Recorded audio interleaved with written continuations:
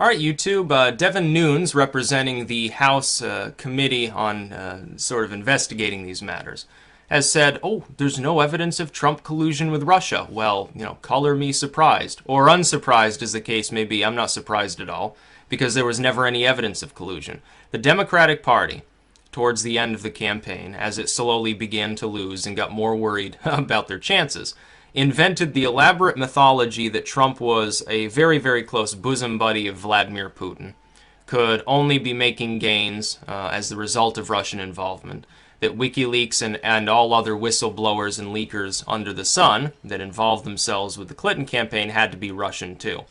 Now, these same people and all of their fans that'll ignore this report, by the way, and keep yammering about non-existent treason or something like that. These same people, they never had any problem with Trump doing business with the Chinese in the past, or Trump doing business in Scotland, or Trump doing business in France, or Trump doing business anywhere else, only with Russia. And so they took the fact that there were Russians that rented out Trump Tower, there were Russians that rented some business front of his in some other country. They took that as evidence that he was colluding with the Russians. They never said anything about the fact that, and he bragged about this constantly, the largest bank in China, of course, leases one of his properties. They never spoke about his golf courses in Scotland or any of that. Now, in full fairness, it's very, very likely that he still discusses these business matters. He's not supposed to. Under the arrangement that he's made, severing himself from the Trump organization, he's not supposed to talk to his kids or his CEOs and stuff about what goes on there. He's not supposed to get anything other than the most rudimentary yearly report, and beyond that shouldn't have any part in it. But he will, in fairness, he will talk to them about that. It's people within his family. It's just like the Clintons. They're in a position of power. They're not going to divorce themselves completely of any business context they're in. Politicians don't do that. They still keep tabs on what's going on. They'll use a middleman or a courier, as Trump has suggested, to avoid being hacked, I guess. That's what will happen. Now, the left, so-called, what they'll do now, the Clintonians they still haven't even come to the realization that Clinton lost the election. They're still in shock in some cases. They'll come out and they'll dispute this. They'll say they didn't dig deep enough. It's self-evident that he's controlled by Putin. It's self-evident that there's espionage agents involved. Red's under the bed. Red scare. Ooh, no commies and stuff like that. And they'll keep hammering away at it. Others will let the issue go and they'll revert back to where they were before the Russia stuff in the wake of the Podesta leaks and the DNC hacks at large.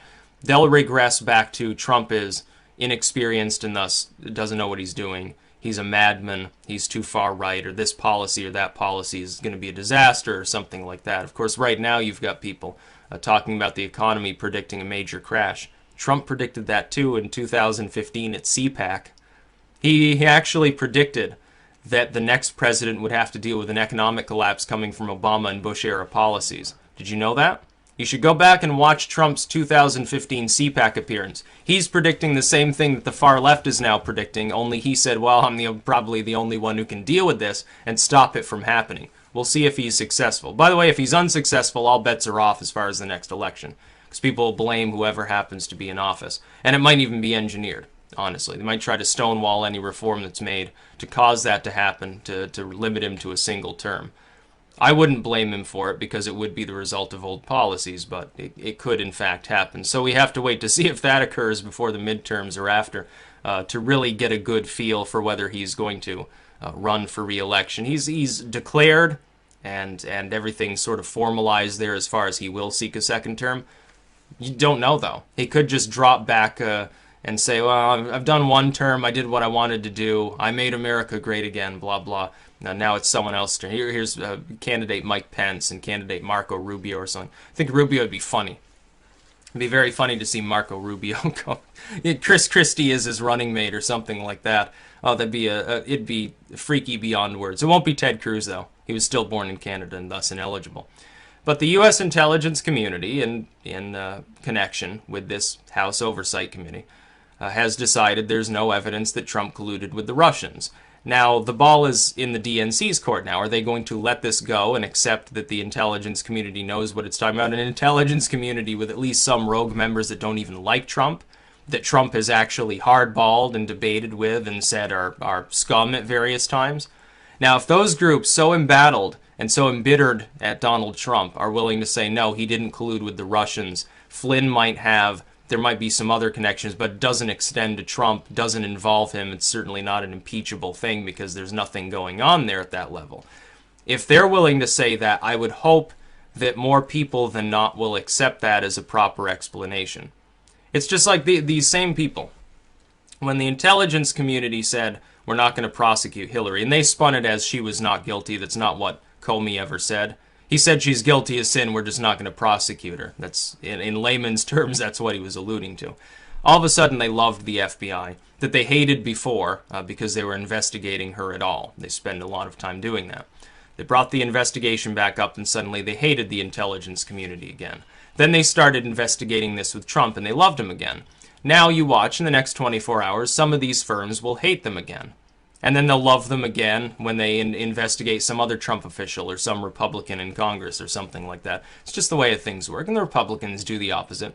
They loved Comey when they thought that he was going to roast Hillary Clinton. When he failed to do that, suddenly they switched, and they didn't like him anymore. Then they liked him again when he brought it up again. Then they stopped liking him when he started investigating Trump. It's a freak show. It's partisan politics. It's not the way that people's minds naturally operate. It's how they operate when they've been corrupted. There's how to tell that you've been influenced by propaganda. If your selection of whether you do or do not like these intelligence agencies, despite their various programs that are unconstitutional, are requisite on who they happen to be most visibly going after at the time, whether it's a Democrat, so-called left, Republican, so-called right, or something like that. You've been influenced, you've been completely corrupted and fooled by propaganda, if that's the way that you look at these agencies. I look at them as perhaps necessary evils at best that are doing unconstitutional things and occasionally make the right decision. A lot of people don't see it that way. You got to simplify the situation, get rid of the false dichotomy there. But no, looks like he's not in bed with Putin. Now, what about all that graffiti that you made of them like caressing each other's chests or riding on the same horse or how they were best buddies or something? Even that choral cry from the leftard media, from the lamestream legacy dying media, as I always call it, has quieted down some. They're too busy right now talking about worrying about how Trump and Tillerson are going to start a war in the Korean Peninsula. They're not even really talking about the Russia stuff as much.